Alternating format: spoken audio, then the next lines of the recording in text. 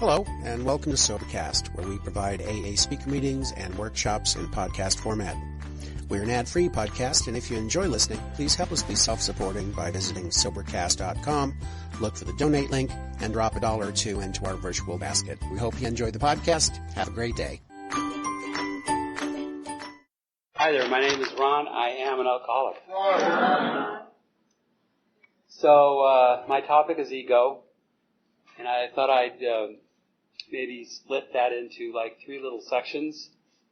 Thought maybe I'd talk about the origins of the term ego, which goes back to Sigmund Freud a little over 100 years ago. And I thought maybe I'd talk a little bit about Harry Tiebout and the Tiebout Papers, which is another discussion about ego. That happened, let's say, 50 or 60 years ago. And then maybe just talk about today. You know, what is it that I'm supposed to do with ego? Am I supposed to kill it, smash it, or what am I supposed to do with it? So the origins of the term ego go back to Sigmund Freud. He had a theory about the human psyche. That's spelled Psyche. And we're all supposed to have a psychic change here in Alcoholics Anonymous. So the psyche is my thought life, it's my consciousness, it's my thinking, it's everything that goes on in my mind. Not my brain, but my mind. And so Freud's theory was that when we are born with an element of the psyche that is called the id, I-D. That's little I, little d. And that element of the psyche has to do with pleasure. And that's quite a functional need that we have because we find, suckling at our mother's breast pleasurable. This is something we need to do instinctually. We need to do this to be fed, to grow. The id knows nothing about reality, about the real life. The id is about gratification. The id is about I want to feel good right now. So this actually serves us well as an infant, because when we are born, we really don't have a self. We don't think of ourselves as something individual separate from our mother. Actually, that doesn't happen for several days sometimes. We think we're part of mom. So this instinctual thing, this id, is what we're born with, and that's the element of our psyche that we grow with to begin with. So the id is all about feed me right now, change my diapers right now, do whatever it is right now. The id has no concept about what is needed in real life. It just wants what it wants.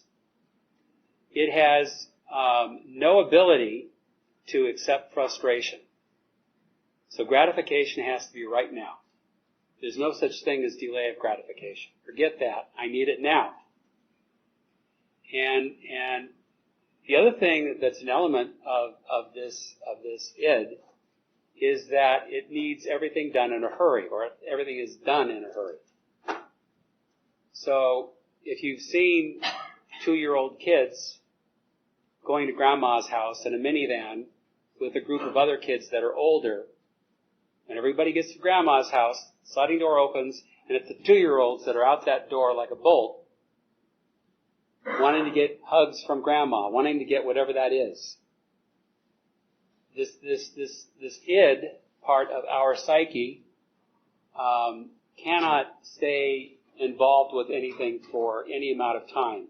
It gratifies itself here, and then it moves on to something else, and then it moves on to something else. So if you see 2-year-olds, you give them this fabulous $25 toy that is just the greatest thing in the world, and they have a blast with it for 3 minutes, and then it's no good, and they're off to something else. So it's important to know about this element of our psyche because all of us still have it. This didn't go anywhere. So according to Freud's concept, as we grow, somewhere between 0 and 3 years, somewhere in there, we start to realize that sometimes it's better if we delay gratification just a little bit. Sometimes, if we learn to put stuff off, our needs off just a little bit, we'll actually get more of what we want. So as that starts developing, that actually is what Freud called the ego function. Ego spelled with a small e. So ego is kind of it's a moderator of the id.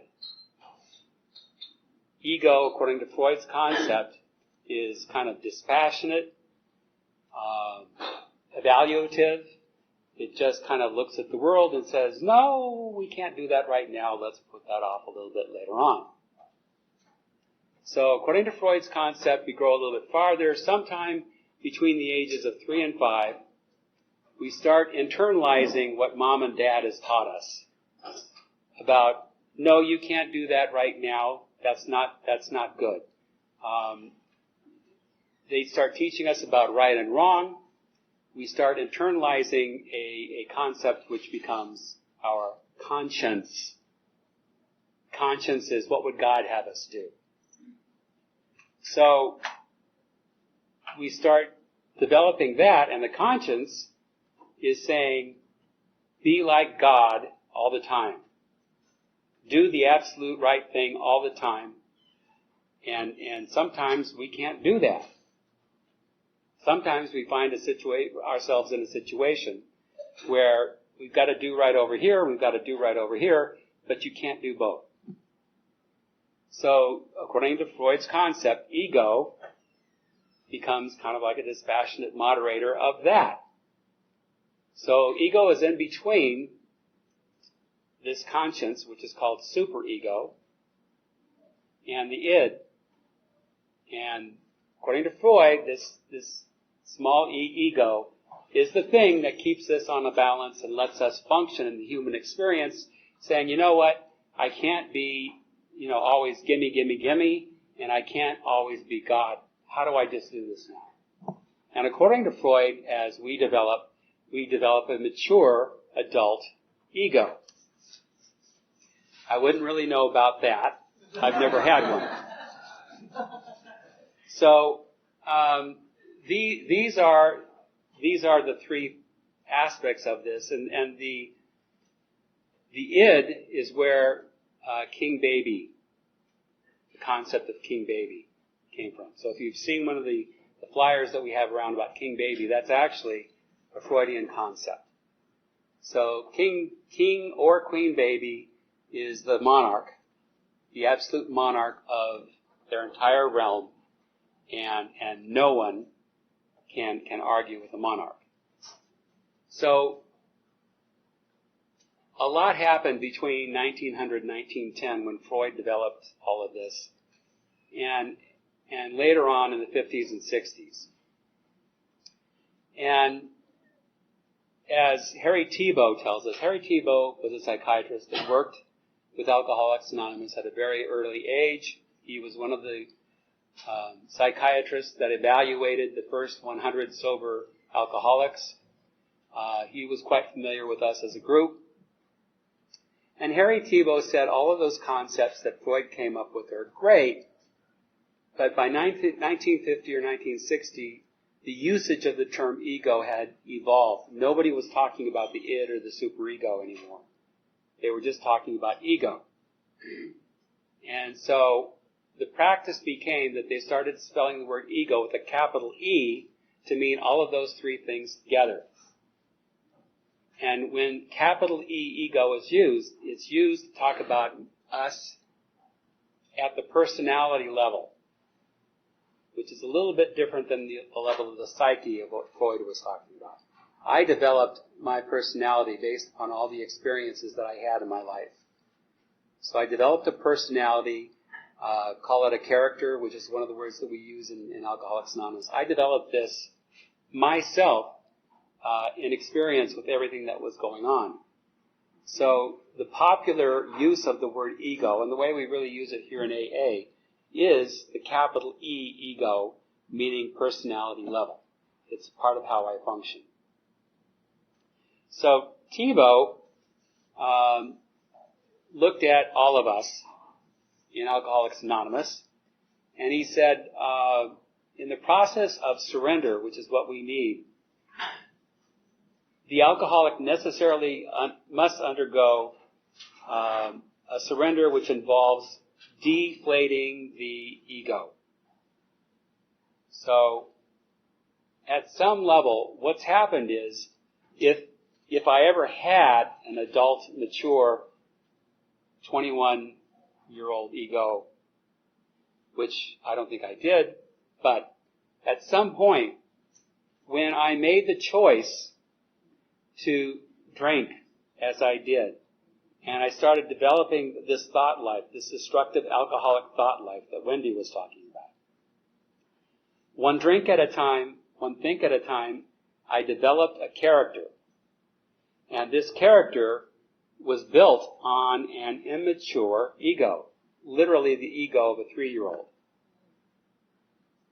So when Harry Thibault evaluated all of us back in the day, he said that we were still, those of us who were, he was talking about alcoholics sober for a couple of years that had sobriety, that were functional.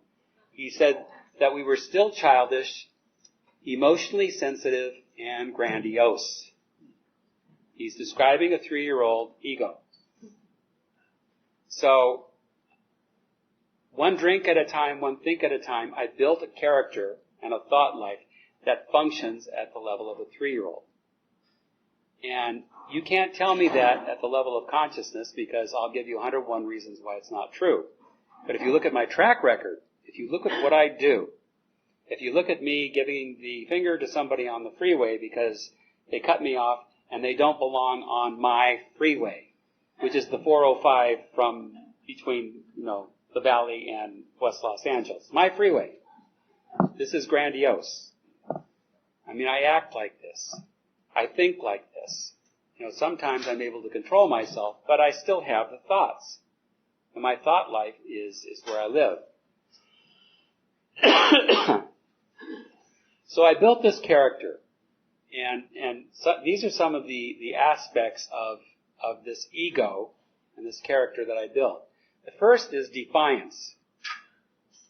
And I have the ability to thumb my nose at reality and move on and live without a concern. And I developed this because I needed to be able to do this to be able to drink or use like I drank. Because I knew that I was destroying myself. I knew that I was hurting myself. I knew that I was causing damage, but I couldn't look at it. So I had to build a thought life that says, I'm not hurting myself. I'm not doing anything wrong. And this is where this defiant kind of thought life creation happens. Problem is, after I get sober, I built this character and it's still acting out the same way. And this defiance causes me all kinds of pain in my interrelationships with others. So, grandiosity is an idea at a subconscious level that somehow are just, I'm entitled to things because my name is Ron. This is the monarch within, King Baby. And this is an egoic function. So, grandiosity isn't something that I think or talk about from a conscious level. It's something that's going on below the level of consciousness. Separation is a function of the ego. Separation means I'm absolutely unique by myself. I can be better than you are, or I can be a lot worse than you are. It doesn't matter as long as I'm unique and different and separate. Ego's function ego does not want me to be one of many, a worker, a friend among friends. Ego can't stand that. Ego has to be unique. So I'm the one in ego that walks into an AA meeting with 100 people, and AA will work for those other 99 people, but not for me. Shame and guilt are two aspects of ego, and they're the biggest levers that ego has to keep me wrapped up in ego. Now, shame and guilt are not given to me by God. These are things that are created from the egoic mind function. Guilt is a feeling of remorse or feeling bad about something that I have done. So, in my drinking days, if I was a bank robber or, stole from the office or something like that, I have a sense of guilt because I did something wrong and I need to make amends to make that right. Shame is different in that it is a feeling bad or a feeling of remorse simply because of the nature of who I am. Maybe this came about from mommy and daddy. I don't think any of us had moms and dads that loved us unconditionally. My parents loved me, but their love quite often was conditional. Get a good report card and we'll like you. Go to bed tonight, go to sleep, and do what you're supposed to do, and we'll love you. And I internalize this as everybody, civilians, alcoholics alike. But this is how I developed the sense of shame. In me, the alcoholic, I believe it's a lot more extreme than it is, let's say, in a civilian. Last aspect is avoidance of reality. The avoidance of the now. Ego does not want me to be here in this moment right now. It cannot allow that. If I am right here, present, right now, in the now moment, by definition, I am with God. God exists in the now moment. My portal to the experience of God is right here, right now, in this now moment. Ego does not know about God, because to know God is the death of ego. But ego does know that it has to keep me out of the now moment. So ego takes me to my past. And I find myself even, 15 years almost into a spiritual message and spiritual practice. My mind will take me out all the time. It'll bring up issues of fear. It'll bring up anything to keep me out of the now moment. I'll be trying to do a paper at work. I'm on the computer. I'm doing all this stuff, and my mind will take off, and all of a sudden I'm on some ride someplace in an amusement park, and I don't know what happened, and 20 minutes later I wake up and it's like, what have I been doing all this time? This is ego. This is ego validating itself. One other little note that might help explain how this all functions, and I'll bring Freud back into this. Freud had a picture of this whole thing about ego and superego and so forth as an iceberg. If you can imagine an iceberg, the tip of the iceberg is maybe 5 or 10% of the total mass of that chunk of ice. So the tip of the iceberg, according to Freud, was conscious thought, the interaction right now that we're having. Just below the level of surface, of under the water, where you can't see the iceberg, but just below the surface level is what Freud called the pre-conscious.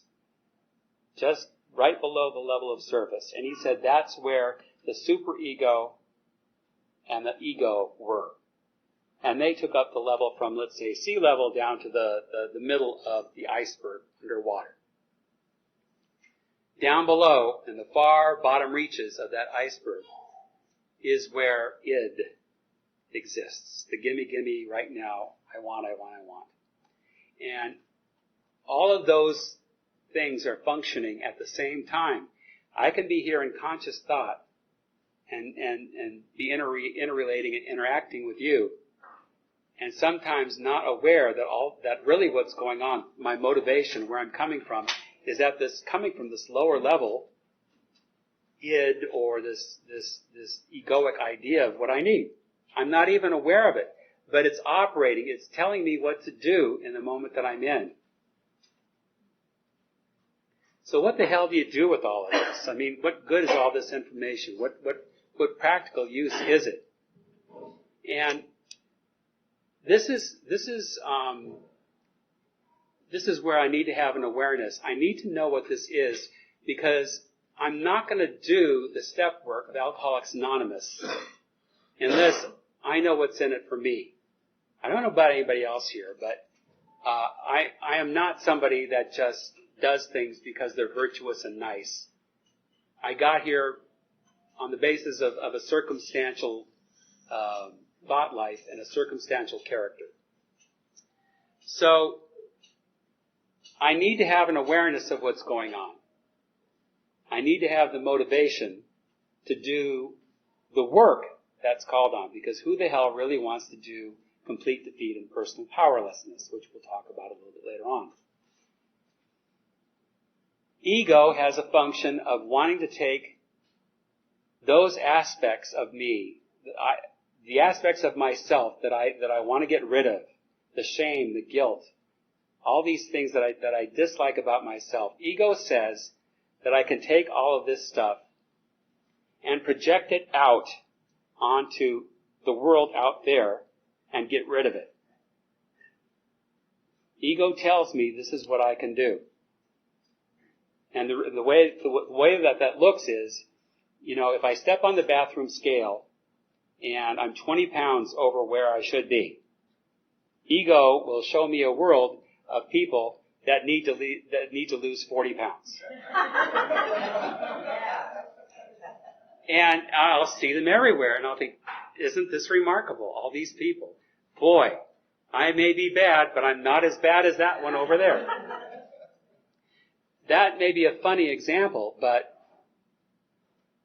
all of these other aspects, the shame that I have, and so forth, I see a world that's guilty, that's shameful, that's attacking. And I'm projecting this out there myself. Problem is, I grew up in a world where I was told that everything out there causes me to feel the way I feel. I am a victim of the world. It happens out there and I feel the way I do. But it's not true. In fact, it's exactly the opposite.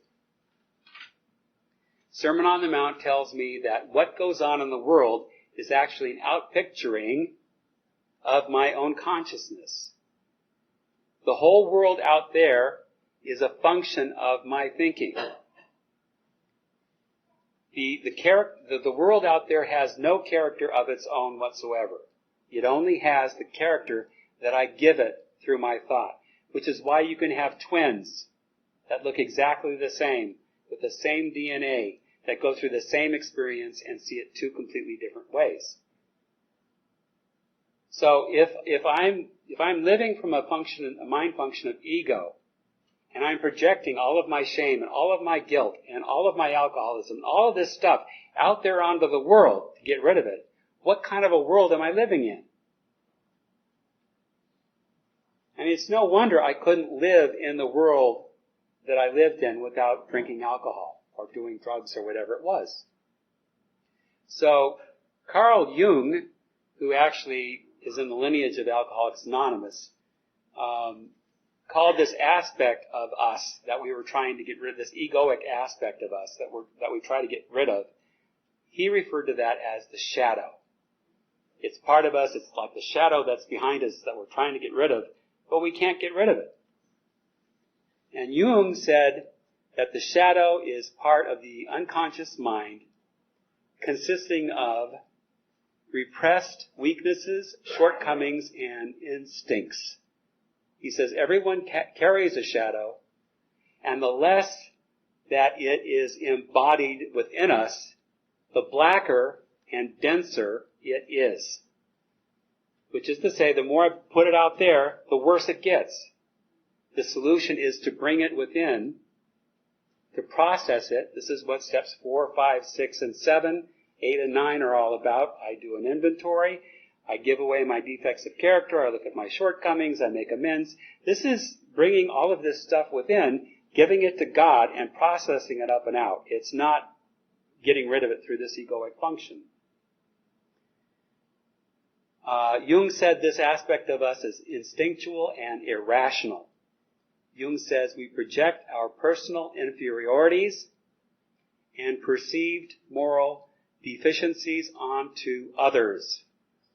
These projections insulate and cripple us by forming an even thicker fog of illusion between the ego and the real world.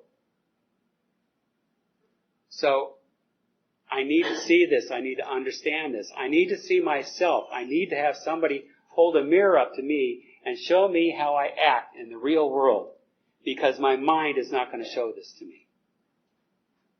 When I really start understanding how this function works and why I live in such a painful, maladjusted world, I start looking in the mirror. And that's when I start looking for a power greater than myself. And that's when I start getting some idea about the way I'm really supposed to act. The way I'm empowered by something greater than myself. I can see this stuff. And I have an awareness. God, I'm sitting here at this computer and my mind's going someplace. Will you help me concentrate? Will you just help me affirm right here, right now, I really am taken care of. All of my needs are met. I really am okay. This fear that I'm feeling is absolutely ridiculous. God, help me be with you. Why I do this silly report and get it done. And in that moment, in that empowerment, I can sit there and finish what I'm doing. Thank you for letting me share.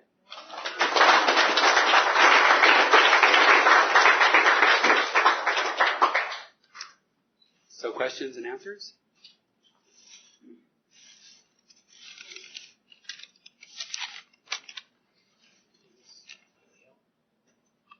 I'll go ahead.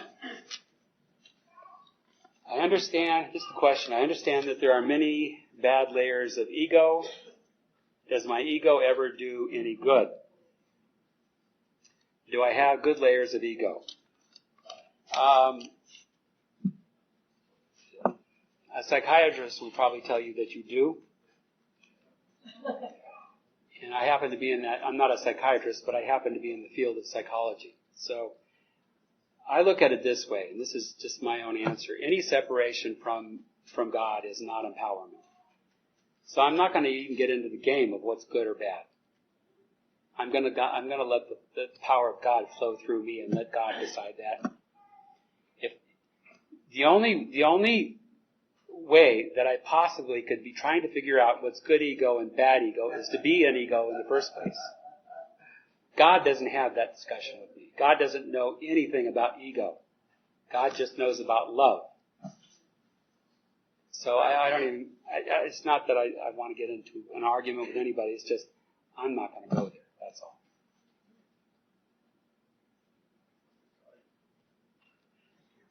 Is my ego a separate entity, as in duality?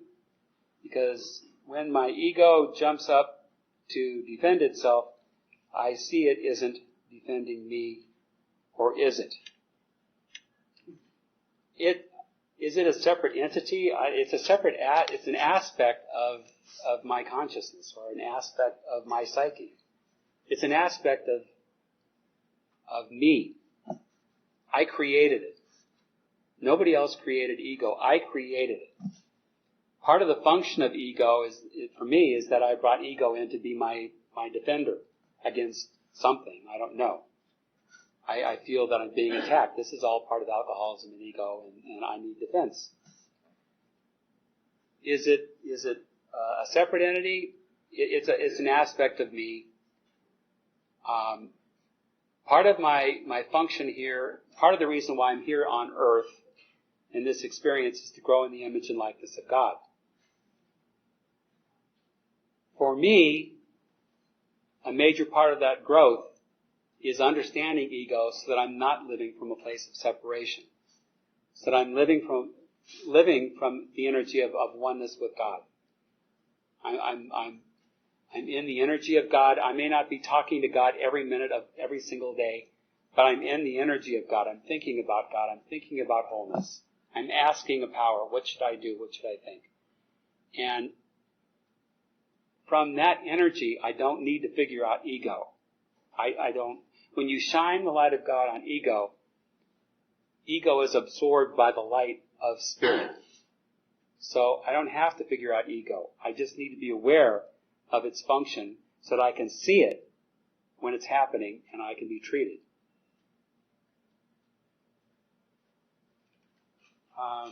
If God created us in His image, then is ego not part of that image?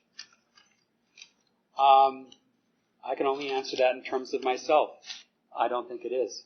I think that ego was created by me. And it may be a learning device. Pain is the touchstone of spiritual progress. That's one of the principles of Alcoholics Anonymous. And ego creates pain. If I am in ego, if I'm operating from the level of ego, it is an absolute that I will be in anxiety and in fear, because they go hand in hand with ego. Shame and guilt is another thing that I automatically have if I am in ego. I've bought into it. So I need to have an awareness, and that the only way that I can have an awareness is being empowered by God. Does awareness of ego ever help diminish it? Absolutely. Well, no, I'll take that back. Awareness helps me make a decision. Let's put it that way. If I have an awareness of ego, I have a window of opportunity. And I'm being perfectly honest. Sometimes I have an awareness of what I'm doing and I go ahead and do it anyways. Yeah, slash those tires. That'll really fix the situation. Or for me tonight, it's more like, yeah, have another piece of cake. When I didn't really need another piece of cake. Ooh. So, awareness of ego is what's needed so that I can make a decision. Empowered by God, that takes away that egoic function. How does ego as divider fit into this conception? Ego is about separation, which is a divider. It's about division. So ego separates me from my fellows, my sisters, my brothers. Ego would have me be perfectly happy isolating myself in a room, using crystal meth or using alcohol or whatever. This is ego. This is my uniqueness. Ego is about division, separation, whatever word you want to use. It's about me being something different than the true essence of what I am. Who I really am is spirit. I am spirit having a human experience. I have a body. I have a relationship. I have a car. None of those things are who I am. So if I'm separating myself from the truth of who I really am, then that's where the dysfunction comes in. Am I doing okay on time? I don't know. There's 2 more questions. So,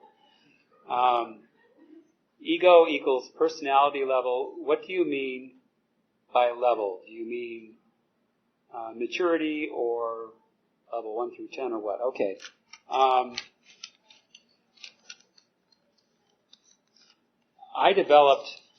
Freud was talking about the psyche as kind of like a universal thing that I'm born with. I was born with the psyche, with consciousness. I have consciousness. It's an aspect of me.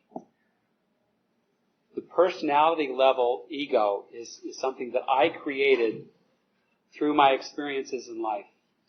Just as I developed alcoholism. The personality level of me is a function of the good things and the bad things and how I interpreted them and how I perceived them and how I reacted to them. So again, you can have 2 twins, same DNA, same parents, and they react to life out there in a completely different way. And as they grow up, they have completely different personalities. So the ego that, with a big E, is in reference to the personality that I've developed as a function of living here. It has to do with the character that I built. But this is something that I take in total to God and say, God, help me with my defects and my shortcomings to grow in the image and likeness of you. I think one more. Pardon? Okay. Difference between brain and mind. Okay. Brain is a bodily organ. It weighs 9 or 10 pounds, something like that. You can do an autopsy on a brain once we die. You cannot autopsy a mind. So, without getting into religion or too deep, I think that we all are part of consciousness. I think we're all part of one divine mind. Sermon on the Mount talks about that. That's not really so much a discussion of ego, but we all are part of this one. It's like we're all part of the ocean, but there's individual waves on the ocean that have an individual character, but they're still part of the ocean. So I am part of consciousness. I have a mind. I'm an individualization of that. But that's something completely different from the brain. The brain is powered by the mind. The brain is simply a thought pump. Thank you.